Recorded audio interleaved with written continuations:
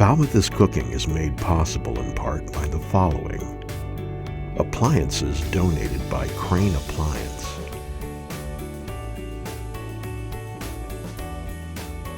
Kitchen installation donated by M. Duffany Builders.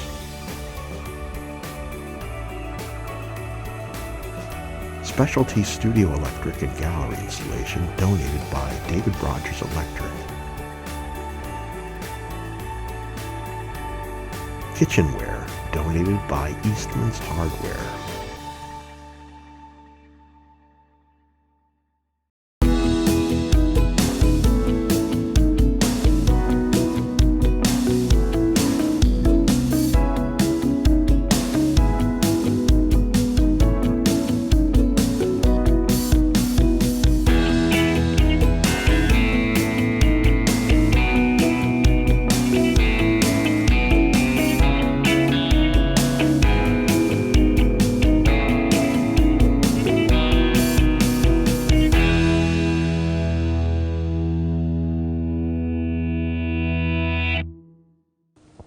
Hello, welcome to Falmouth is Cooking. I'm Gail Blakely, your host for this show. And this is a place where we talk about all things food. We do a little cooking. We interview various chefs and personalities. We talk about products, and we also do a fair amount of taking a look at what is going on in the Falmouth area and the cookbook world. Both this month and next month we are focusing on 2 cookbooks, and today I have a wonderful cookbook to share with you, and this is The True Natives of Cape Cod, Massachusetts and Their Foodways, recipes with stories of food, history, culture, and identity. Angela Marcellino wrote this. She is a member of the Wampanoag tribe in Mashpee, and she came down from New Hampshire to spend some time with us and show us how to make one of her recipes. I've made a couple of them already, and I am pleased to welcome you. Come on up. Come on in. Right over here. So nice Hi. to meet you again. Again, okay. So you're here, I am. And we have you on the cover of your book. Look at you with your same colors too. That's terrific. All right, so what we're going to do right now is talk about the Indian pudding and why you chose it, and then we're going to make it, and we've got some of it already prepped, and we'll put it in the oven, and then we'll sit down and have a little chat about the book and some of the great stories that are in it. Thank you very All much. right. Okay, so why did you choose the pudding for today? Because I think the pudding itself is a great example of our early cooking in this country. It's an example of using Native American food ways and resources, such as corn and maple syrup, and combining it with the English technique of creating puddings. And the early English puddings are not even English puddings. European puddings could be anything from a sausage blood pudding in an animal case, or it could be in a cloth bag.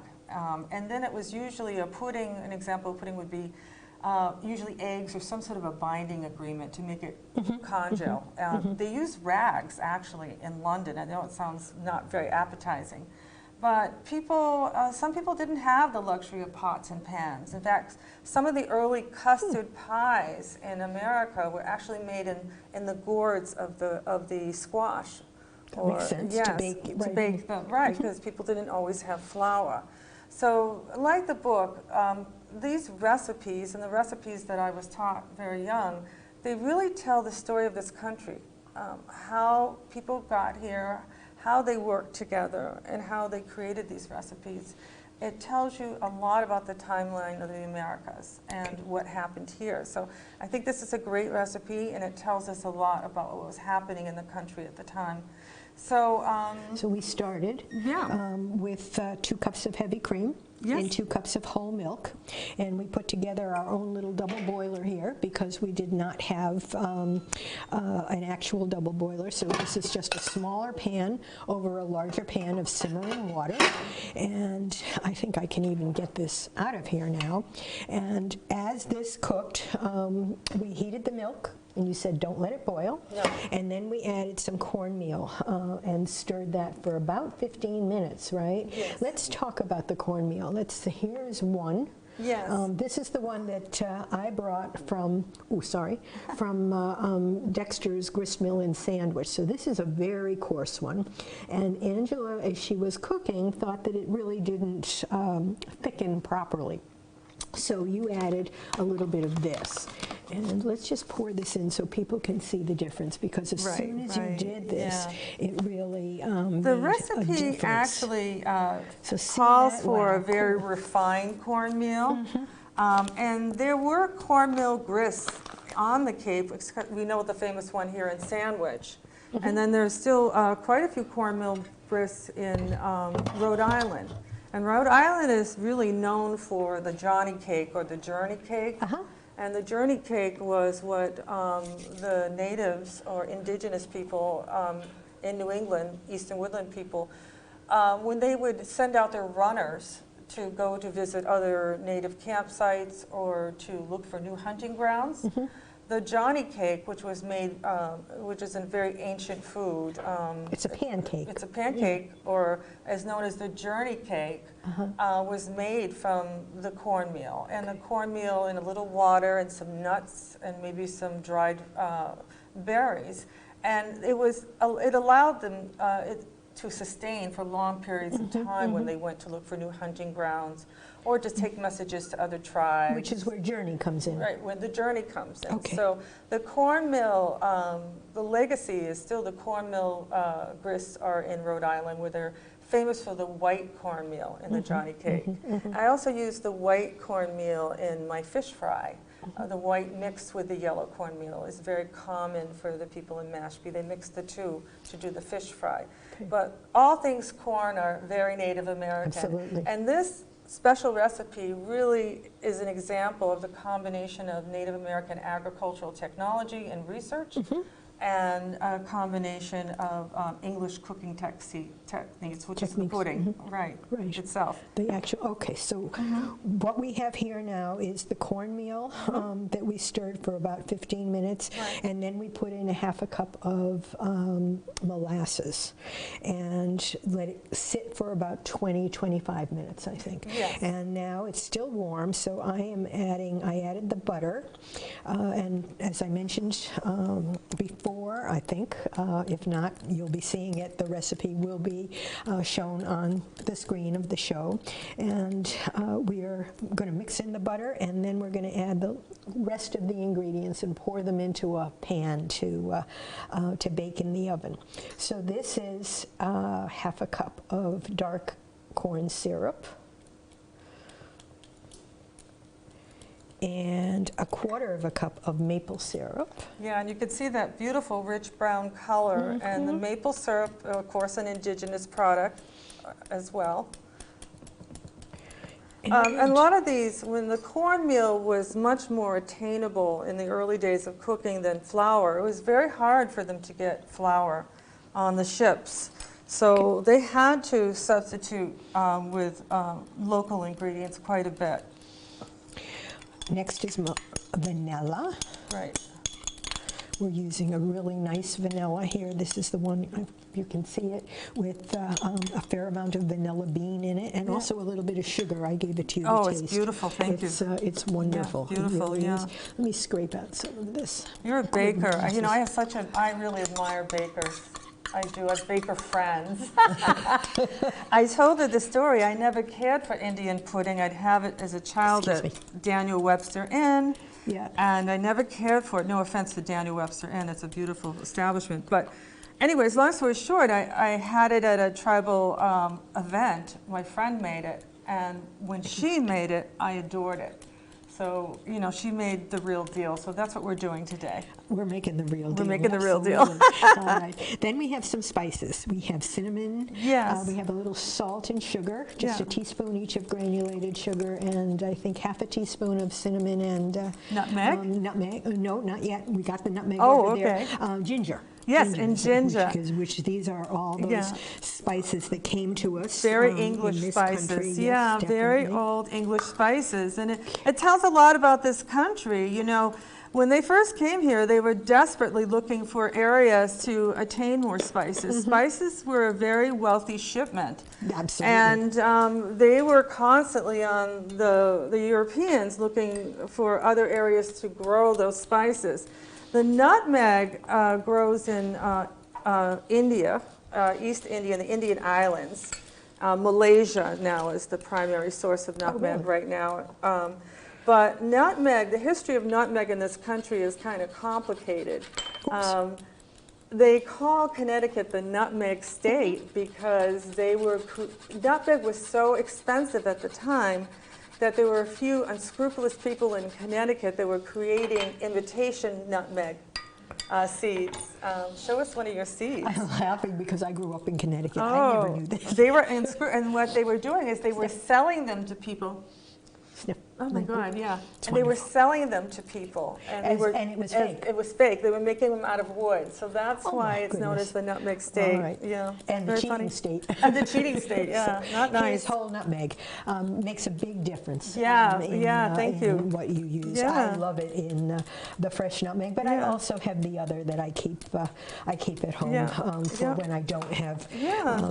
the ability to grind. Again, this is also not grinding, but microplaning, sort of zesting, microplaning. And this rasp is certainly one of the best things that has come along in a long, long time in terms of our ability to make cooking a little easier and a little more professional at home. So, And- all right, so everything's in there. Excuse me, let me Yeah, just go let's ahead. get the eggs in. Yeah, Okay, you right. said do these last, right? Yep, so they don't Okay. curdle. You want to fold in your eggs at the end and make sure the mixture isn't hot, because you don't want to end up with scrambled Because eggs. this has been sitting there for a while. You so- know that. You're the baker in the family. Yeah. Well, I've curdled a few eggs in my life, believe Yeah, I me. bet. Me too. Okay. But this also has maple syrup, and the history of maple syrup is very unique to this country. Native Americans didn't have, of course, sugar in any form, but maple syrup was a form of sugar and sweetener, and it was a natural product, and it was available. They also didn't have salt. Their salt intake was via the fish that they ate, and actually they ate a very healthy diet. It was high protein, high in fiber. They ran 20 miles a day. They had a very healthy lifestyle and ate very well. It would be just what the doctor would tell you to eat today is what Native Americans ate. Well, that's certainly a piece that we should always remember, right? Yep. Okay. All right. Okay. So now this is going to go right in here, Yep. and we're going to bake this at 350 for about an hour. Yes. All right. And we don't have a bag or an animal sack today, because pudding used to be put in animal sacks for casings, like blood pudding. And we don't have a cloth. You The hold early the bowl puddings last were in week. cloth, but we'll call this container is our cloth of the day. Okay. But early puddings were actually made in rags and cloths.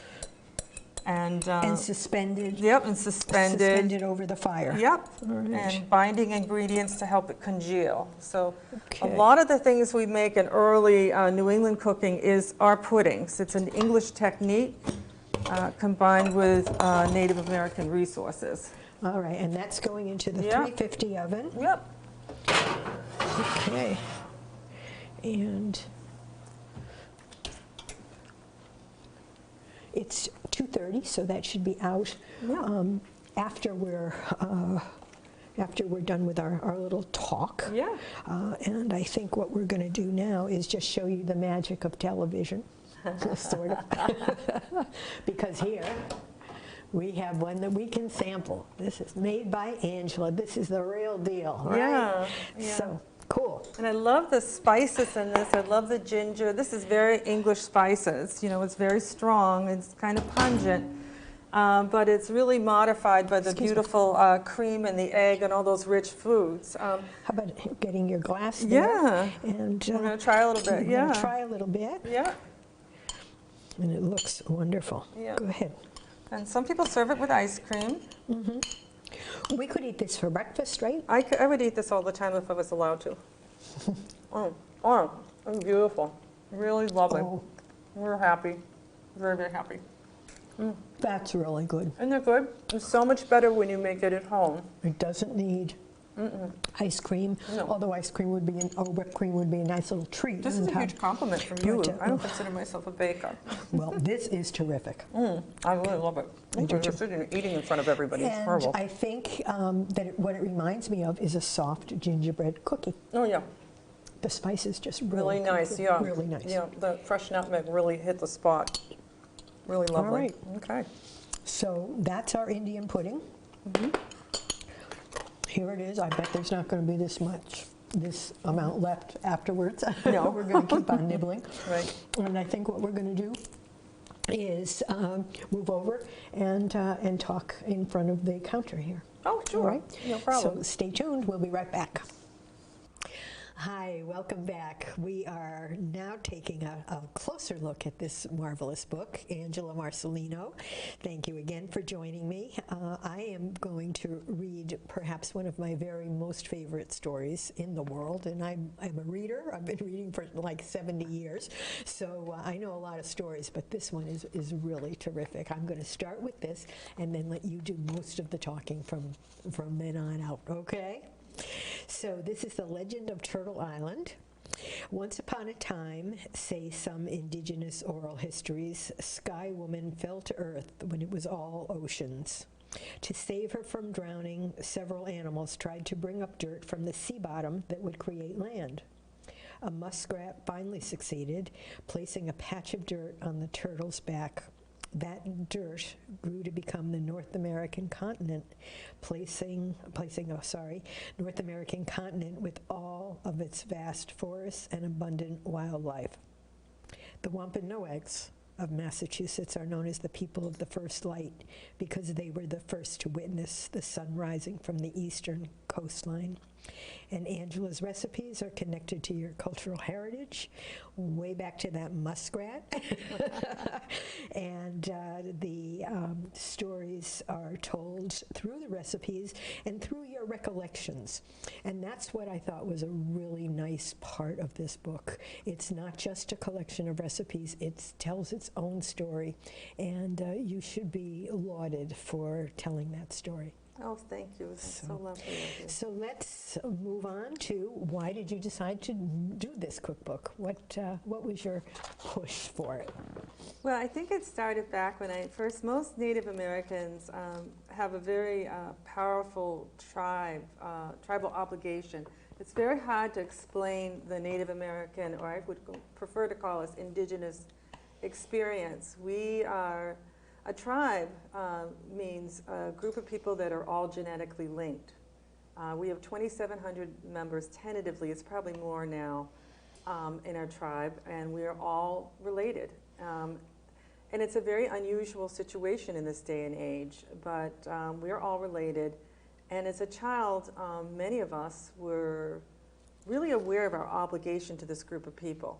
And it's a different kind of an experience. When you have a group of people that have been walking the land and living in an area together for over 10,000 years, the bond is very powerful. So when I talk to Native Americans across the country, they have the same obligation. They go home and they try to do or work for their tribe. So I did go home and I worked in grant administration late in life. My husband and I moved back to the Cape. And when I came home, I was doing a lot of volunteering at the museum, and then we would have events. And the tribe also, we all still eat together as a community. It's like one big family, but we really eat together and celebrate together. And cook together. And cook together. We still have a communal lifestyle still. An obligation to feed everybody is big. It's a huge gift when you cook for other people, I think. Any kind of a cook. You're a cook Absolutely. too. It's a beautiful gift. Yeah. I think that's what came through loud and clear in the book is the concept of obligation, and your obligation that you also felt to protect the land and to really just support all efforts to make sure that the land remains almost sacred and safe. Yeah, the conservation effort of this tribe continues. We are highly aware of what happens on our earth. And we still hunt and fish. They're all indicators of the land. We consider ourselves guardians and indicators of the land to this day. And we're happy that other people now are joining us in this effort. We feel I think most Native Americans feel their #1 responsibility is to protect Mother Earth, and we take that very seriously. And I see now that everybody else does too, thank God. Right, a couple days after Earth Day, yes. So anyways, when I came home, I would go and they'd say, Angela, make a dish. And I would make a dish, and they were recipes from my mother. And they'd say, Angie, make this or make that. And some of the tribal elders would say, how do you make it? And I would tell them how I made them, and it was the instructions of my mother. I was interested in cooking from an early age, and it was a powerful time I spent with my mother. And I didn't realize that I was learning all of the local indigenous dishes to Mashpee, all the favorite recipes. It just came to me kind of automatically over the years. And so I had some dear friends that were great cooks in the town. And they would get a big kick and say, Angie, how did you make that recipe? And I would tell them, they'd say, she's right. And I realized we were the keepers of these recipes. They were part of our culture. And so I started to look into recipes and how these recipes came about. And I started to do some research. And I found out some of the favorite recipes were telling the story of the history of this country and how this country created when you really examine the recipes. Because a lot of the recipes contained either English cooking and English techniques from the colonies, combined with natural resources in the agricultural accomplishments of the native people of this region. And they talked, and when you examine them, it also tells you the timeline of how this country kind of came to be. Those recipes really tell you a lot. They certainly do. So All I had the way back to what we were doing there. Right. We were talking about cooking pudding in an animal skin, or even rags if we didn't have the animal skin. So definitely. So recipes with stories. That's what this is. And then I also went to the recipes I made from my Portuguese side of the family, from my Nana's side. And that was the jagacita, the vinegar pork chops, matasadas. She was telling me a story too, and I was, my kids love jag. Half the tribe loves jag because many of tribal members have a union with Portuguese people from the Cape Verde Islands or from San Miguel or Lisbon. Many people, that's a very common union on Cape Cod. And when I went to travel, people weren't aware of that. So that was my cultural identity, which I touch upon in the book as well, including the history of the whaling industry, how those people came here, how all of my ancestors were connected, my Portuguese ancestors who were whalers, and my Native American ancestors who were whalers. I found that the whaling industry was the union of how I came to be. These recipes had so much to tell me. It was just a great journey, all the research behind the book. It's really just a fascinating story, because here we have the jagacita that you were just talking about, and here's the story, and here's then the recipe with photos. I think my question, vinegar pork chops, what you were talking about, I think a question that I have is, how long did it take? I think people often wonder, how long does it take you from the time that you decide, I'm going to write a cookbook, to actually approaching somebody with the information and then taking the baby steps to make it happen? I'd say my research, finding a publisher is always difficult, and I have a business background, thank God. And I have to say, my business background really helped me a lot, and my grant writing accomplishments helped. I do not consider myself a writer by any means, but I'm a huge reader, and I have a huge love of history. So I wrote. That comes through loud and clear. Thank you. I wrote what I knew too, and I felt I had the right to tell the story. Yes, I did, yes. and I think we're glad you did. Oh, thank you very much. Truly. What's one of your all-time favorite recipes in here? I'd say the most sentimental one, now that I've lost my mother, is the quahog chowder. Okay. My mother, I would say, made one of the best quahog chowders in town. And I tell the story in the book of, it's such an indigenous story, that when my mother would come home, it's so typical of Mashpee, people would leave buckets of quahogs on our doorstep to encourage my mother to make the chowder. Come home too, huh? Yeah, and they wanted Anne to make her chowder. They knew my mother's chowder was good. And the sharing of the quahogs on the doorstep is, I believe it's the ancient practice of living in a communal, sustainable, ancient society. The Mashpee share food all the time. We don't put a dollar on it. It is part of our custom to make sure that everybody in our tribe survives and is nourished. It's something that we've been doing for 10,000 years. We haven't stopped these practices. And it sounds like something that's been ingrained ever since, just as the sense of obligation for the land and keeping these recipes alive, so to speak, and also just absolutely continuing to celebrate. I was fascinated with the quahog chowder. Because I grew up in Connecticut, and this is how I made quahog chowder. I looked at it, and Angela said to me, well, you know, my recipe is a little different. And I said, oh, yeah? Good. My parents loved salt pork, and we just had salt pork in everything. We had it in squash, summer squash, sauteed with onion, and then sauteed with some. My father just adored it. And this starts with salt pork, which people who have actually cooked with me say, why do you do that? And I say, it just adds a wonderful flavor, a little bit of salty, a little bit of richness. And my mother, being a Polish background, also went so far as to take salt pork and put that in her stuffed cabbage. So it really works very well. And that's an old ingredient too, right? That's an older ingredient that was a preservative. Right. It came on the ships in the barrels, and it was shippable. It was salted down and brought on ships. And later, when they brought the pigs were really a menace for the Native Americans because it destroyed a lot of the landscape. And I did write that that it was funny. The colony folks had a complicated relationship with shellfish. It was looked down as lowly food. But archaeologists are finding out that they did consume quite a bit of it. They just didn't talk about it.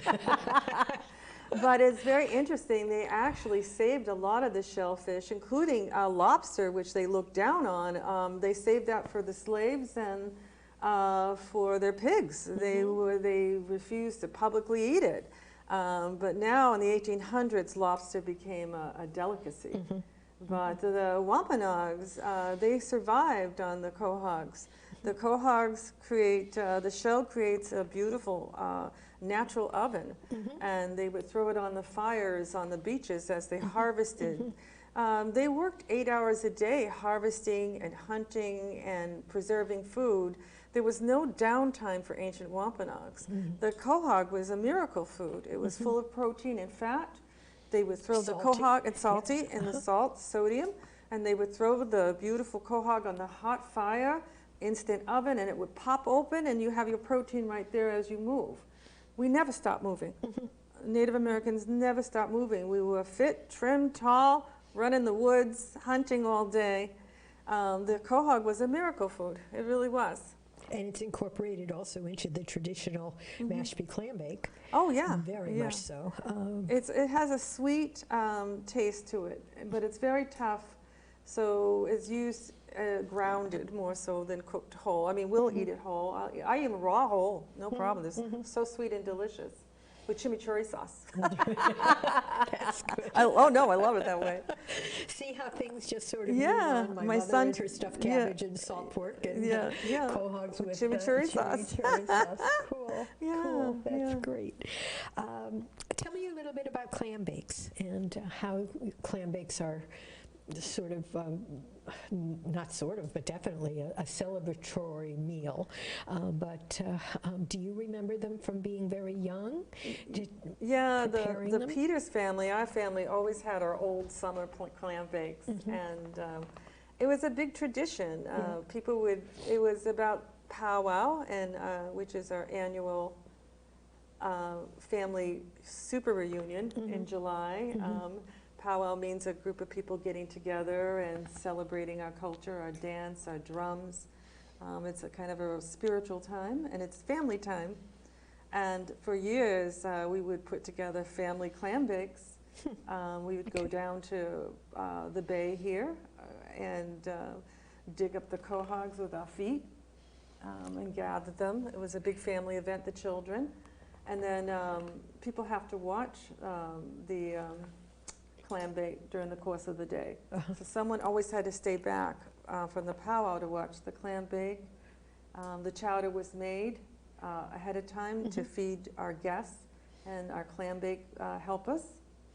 Although we had a clam bake master or stuff. It was just a matter, it was just an automatic thing every summer, you know. But the clam bake itself is a very ancient indigenous technique.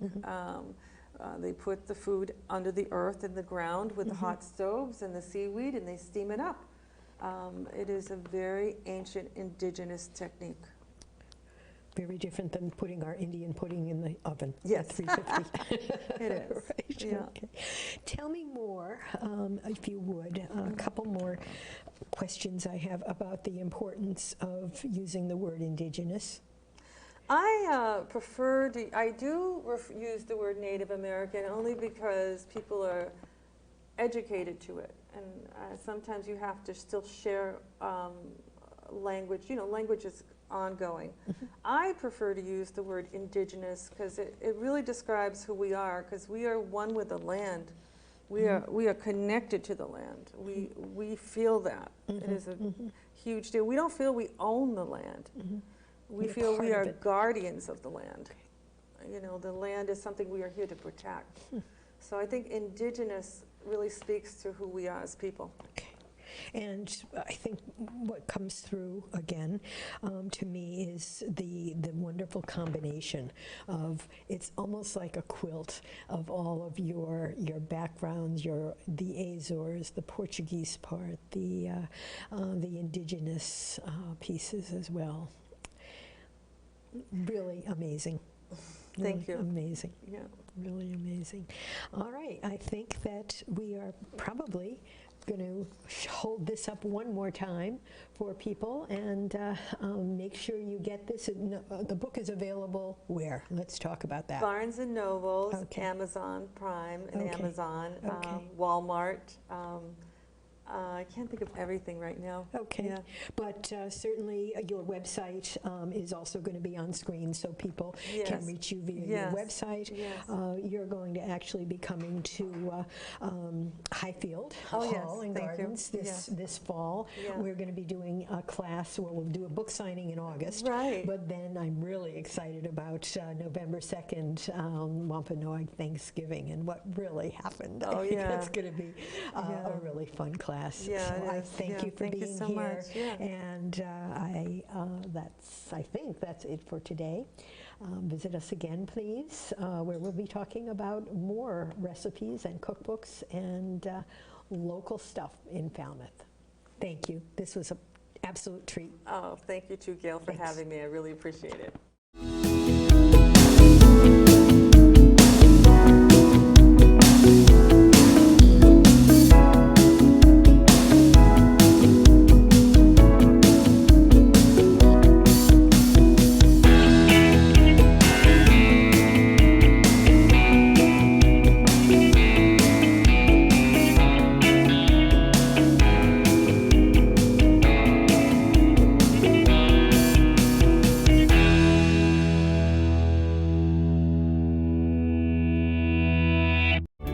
Falmouth's cooking is made possible in part by the following. Appliances donated by Crane Appliance.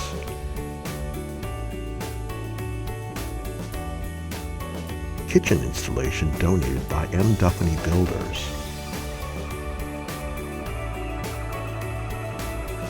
Specialty studio electric and gallery installation donated by David Rogers Electric.